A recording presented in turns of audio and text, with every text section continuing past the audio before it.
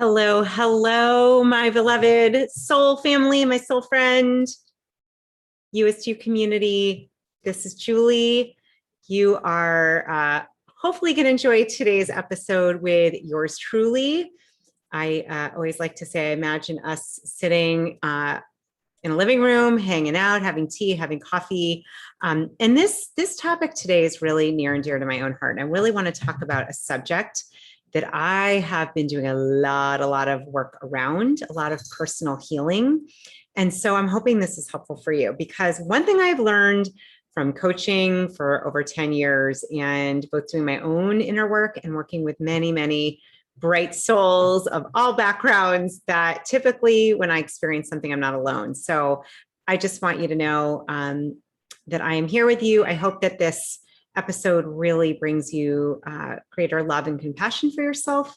And ultimately, the point of this show is to help you to live authentically as your Youest you. You're, tapping into your heart, your dreams, your authentic vision and goals, your best self, your highest potential. And one thing that I've learned that can really sabotage that, totally get in the way, is fear.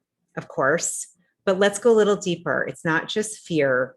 It's really in the world and the land of self-attack and self-bullying.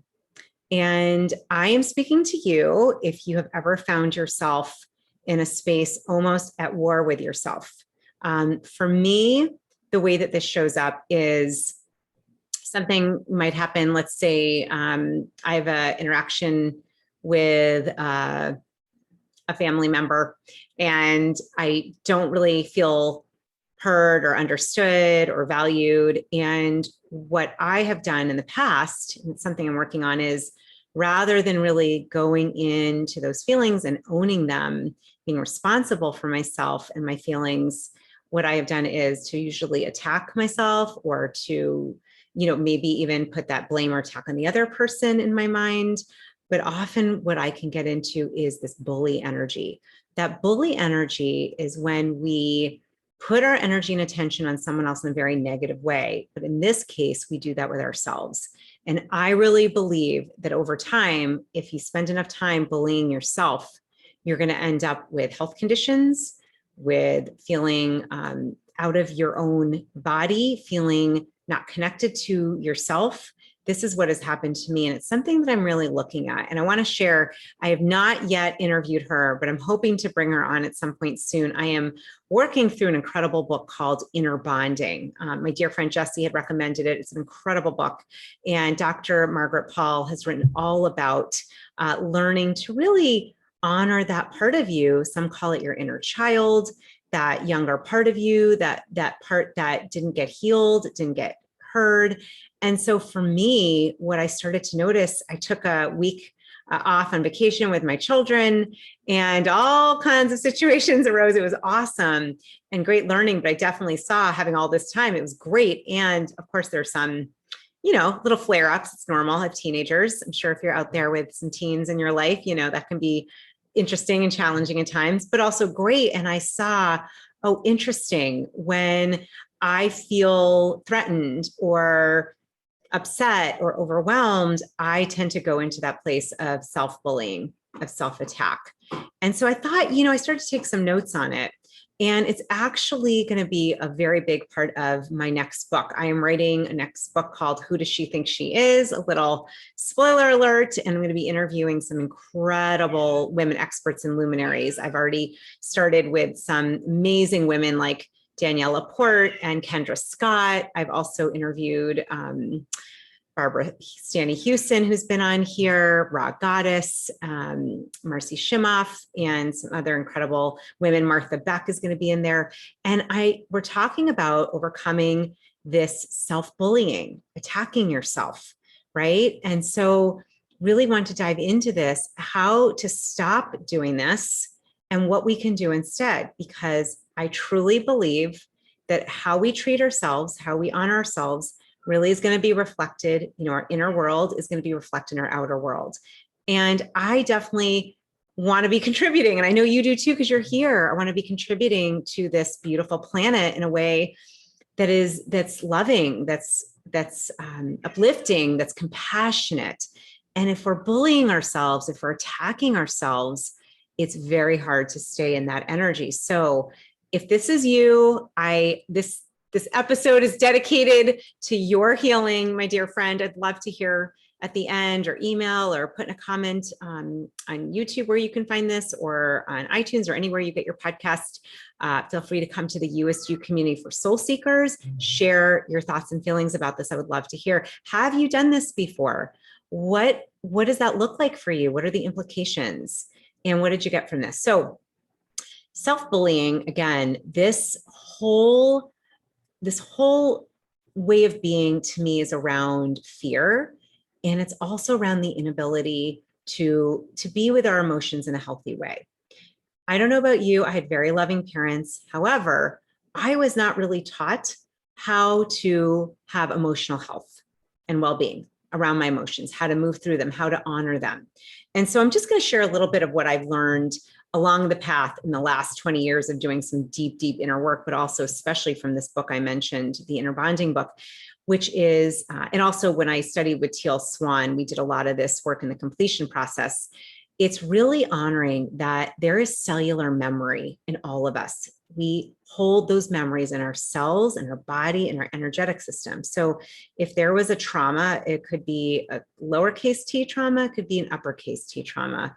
Obviously, I hope that you have not had a lot of trauma, but I know that most of us as human beings have some sort of trauma, right? It could even be, when I was told I was too large and big and fat to be a dancer. It was when I had a crush on this boy in 8th grade and he called me nasty, right? Like that was traumatic for me. It was when my friends in 7th grade, I was on a separate team or group than them, and I felt like they all completely ditched me. That was traumatic at that point. And there was a part of me in that experience that felt not good enough, that felt ashamed, embarrassed, right? When I love my mom to pieces, I'll tell you though, when she told me at 10 that I need to see a special doctor because she was worried about my weight, it really solidified some fears and shame in myself. Took a lot of time to really recover from that. And I don't blame her. She's doing the best she could. We all have different things that have happened. And what I did was, number one, for those of you who are empaths, highly sensitive, this might be you too, I abandoned myself. I wanted to leave my body. I would focus on anything else but myself. I was so uncomfortable in my skin. I would, try to be in a fantasy world or focus on others or just do anything not to be me. And for those times, especially growing up, that was really detrimental because I did not honor that part of me that was hurt. And bless my parents, who did a really fantastic job in many ways. They didn't know how. They did their best. I don't even know if I would have let them try to comfort me. So, I didn't have, we all have experiences where we didn't fully heal or have that comfort that we needed. So what happens is we grow into adults, young adults, adults of whatever age, and then we're left with these patterns. We're left with this healing, with the cellular memory. For me, it looked like abandoning myself, attacking myself, bullying myself.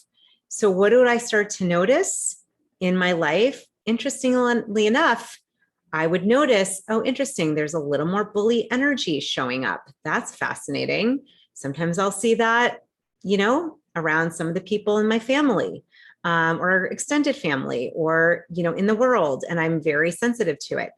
But what I realized is that energy is in part because I have not fully healed that aspect of myself. So for you, really look and see, where are you perhaps attacking yourself, i.e. going against yourself, being mean to yourself, putting yourself down, right? Trying to escape. Maybe it's using addictions, spending, food, alcohol, whatever it might be, right? Really looking at where are you trying to avoid, deny, or move away from those feelings, versus a really healthy way to deal with them is to be with them and to sit with them. You and I, as my beautiful cat joins us, we, as the loving, the grounded adult, we have an opportunity to learn how to be with our emotions and to ask ourselves, and this is part of the process, and I do this with coaching clients. It's a very powerful process where you really tune into that part of you that's still hurt. So you might even close your eyes, put your hand on your heart. You might even pause this right now and just tap in and ask, is there a part of me that is still hurt? And notice what comes up. You might even take some notes. What part of you? There was a part of me in 7th grade. I got yelled at by this girl who told me I was annoying and really hurt my feelings. And I could see that there was a part of me that was still left in that bathroom where she yelled at me. Now, I've done a lot of work around that. I don't necessarily feel that today, but there was a lot of healing work to do. I had to go back. So what I would recommend doing is, let's say you have a memory of someone calling you a name, go back to that place. And as the grounded, loving, caring adult, go back to that part of you, invite her, him, them in, bring them on your lap, bring them into your sacred circle, invite them, hug that part of you. Imagine in your mind's eye, taking that part of you and really honoring that part of you. It could be sitting that part of you on your lap. It could be inviting them back in with you. It could be imagining you're at coffee and you're holding your younger self's hands. It could be any of those, and really and tap into and tune into that part of you and listen to her or his or their experience. And then own those feelings. This is what I'm learning to do. Own those feelings. I take responsibility. I felt really, really hurt when that girl yelled at me. Okay, this is an example that I don't have today, but that happened when I was in 7th grade, and it was still with me for a while. And then how can I love and honor that part of me that's hurt? Maybe she's crying. Maybe I can, give her a huge hug, or imagine I'm loving her. And in this book, one of the things, and I've heard this as a suggestion, is this idea, this notion of really deciding I am going to be the loving guardian to my child, my inner child, to that part of me, those parts of me that are hurt, that are feeling bullied, and to adopt that part of me. We all have parents that did the best we could. And maybe, maybe your parents really did teach you emotional health. Would love to hear how, what you learned and how you've learned to move and maneuver through your emotions, because it's a very powerful way of being. It's a very powerful tool to know how to heal and to feel and heal your with those emotions, and to move through them. We don't want to avoid them. We don't want to bypass them. We want to move through them. So anyhow, the other piece of it that I love that Dr. Paul talks about, and this is something that really speaks to me, is then after we're sitting there, where maybe we take that younger part of ourselves, we take them to a beautiful beach or the woods or somewhere really in nature, and then we call in the divine, call in infinite intelligence, God, higher power, even your higher self. You call in that energy and you ask it to be with you. And I'm telling you, this has been a super healing process for me. I am practicing it on a daily basis. And what happens is you start to come home to yourself. You start to embody, go back into yourself. You start to own your feelings, and you start to see that it doesn't feel good to attack yourself, to bully yourself. That doesn't feel good anymore. My friend, this is so healing. And of course, it starts with you, and it starts with me, and it starts with doing this ourselves. So again, I hope that this has been helpful. I hope this has given you some tools.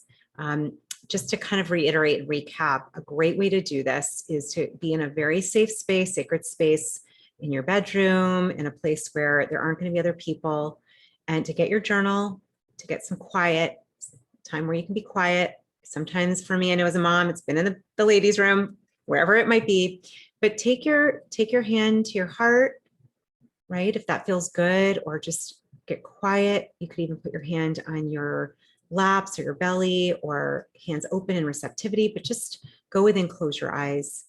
Give yourself a few moments of deep cleansing breaths, coming back home to yourself, and then asking your inner wisdom, asking yourself, where am I still hurting? What part of me wants to be seen and heard, right? We have to feel to heal. What part of me still feels like, she, he, that we're not good enough, that there's still that residual sadness, grief, anger, jealousy. Okay. So ask yourself, and then journal. And then you can do one at a time. This does not have to be all done all in one day. Take one at a time and just notice. I had a situation recently, somebody I don't know very well just sent me an upsetting note. They were not thrilled with something that had happened with me and my kids, and it's all good. But I will tell you, I was really upset, and I felt misunderstood, and I realized I started to attack myself over it. I started to feel like the worst human being, and oh my gosh, and how could I let that have happened? And I felt literally when I read this email, like, oh my gosh, like I wanted to leave myself. And that was one of the first things that I worked on. And I realized, okay, let me look at this situation as the loving, grounded, caring adult, right? And let me see what's triggering me here. And I saw that, feeling not good enough, that came up for me growing up, right? That came up quite a bit, feeling not good enough compared to. And so I had to look at that, I had to own that. Okay, that's my feeling. Those are my feelings. That's okay. Let me own that. Let me look at that, right? Take responsibility and then look at, okay, what happened? What might have been my part in this? Not from a condemning place, but what might have been my part? I could see it. I could see what was being said. So I sent a note, just really honoring that comment and taking ownership. But what I didn't do this time, I didn't go into people pleasing, right? I didn't go into I'm the worst person and self-deprecation. I didn't do that. And I have to say, it felt really healthy and healing. And I sent the note and I felt really great. And I thought, wow, this person, I'm really grateful that they gave me this opportunity to work on this. So we have opportunities, my friend, all the time. Sometimes they look like breakdowns, right? Or, the breakdowns I'm talking about. They look like problems, issues, problematic people. And I know this sounds really, really trite and overused, but I'm telling you, when you really can see that all situations, all experiences are opportunities to heal. These are our teachers of the highest kind. I'm talking your ex. I'm talking the person that cut you off in traffic, the person that was not nice at the grocery store, what your boss, whoever, or your inner critic. Right? These are teachers. They're like, the way I look at it is, let me bless that person. Thank you. And this happened in this time. I was able to really heal and not attack myself, not bully myself, and invite the divine in. Before I sent that email, I did a prayer and offering. And I just said, listen, divine spirit, please be with me as I send this note. And it felt different than it has in the past. Right. So I hope this was helpful. Certainly a topic I'll be getting more into. It is a topic I'm going to be sharing a lot about in my book, along with imposter syndrome. But I'm just really a stand for you and I to stop attacking ourselves, to stop bullying ourselves. I do believe that my autoimmune condition, which is on the mend, which I'm healing, I'm so grateful for. However, I do believe that is very connected to all the years of attacking myself. Because what is autoimmune? But that's when your body attacks itself. And I do believe that our body, our cells, they are listening to what we're saying. And there's an energetic response and communication. And so this is good for your health. It's good for your heart. It's good for your connection to yourself, for healing the relationship with you. The most important relationship is the relationship with you. So I thought I would end with a little, you know me by now. I love, love, love pulling cards. I have my deck of card here, the Youest declaration cards. And I just thought, my friend, I would end with a card. It's just really joyful for me. I love pulling cards. I do this every morning and it helps me to set my intention. I just thought I would ask to be led to pull a card that would be beneficial for you and for all those that listen at any time. So I hope that you get something from this. Oh, what a beautiful card. Okay. So this is such a powerful healing intention. And the intention, the declaration is gratitude. Such a powerful one. Gratitude is one of the elixirs for a joyful and happy life. I choose just for today to avoid negative mind chatter and to look at all that I'm grateful for. Even in tough situations I may face. This is like totally connected to what I was just talking about, right? Because I was just saying that it's about changing the way we talk to ourselves. about being kinder, but it's also about blessing and being grateful for those people that have taught us those lessons. So gratitude is the bridge. It is a really powerful bridge. Being grateful to that person. I'm not saying that, especially for those of it who've experienced, endured really big traumas. I'm not saying that it's all okay. That's not what I'm saying. However, I know for me in my life and for those that I've worked with, there's a peace that comes when you can get that sense of gratitude for the experience, for the learning, right? And forgiveness often follows that as well. So really looking at that gratitude, Here are some questions to ask yourself. As you build your gratitude muscle, you will rewire your brain to focus first on gratitude. What we focus on expands.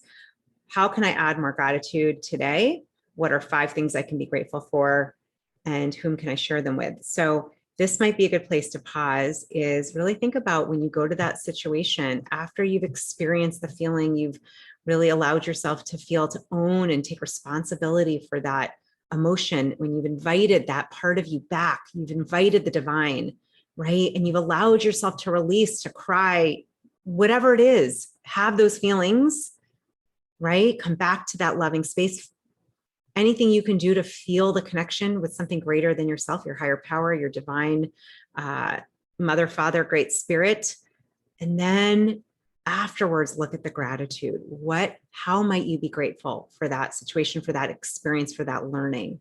I'm telling you, this can change the entire game, change the experience, and can really help to shift from self-attack, from self-bullying, being mean and not nice to ourselves, to a deeper, higher level of awareness, consciousness, perspective, forgiveness, and kindness.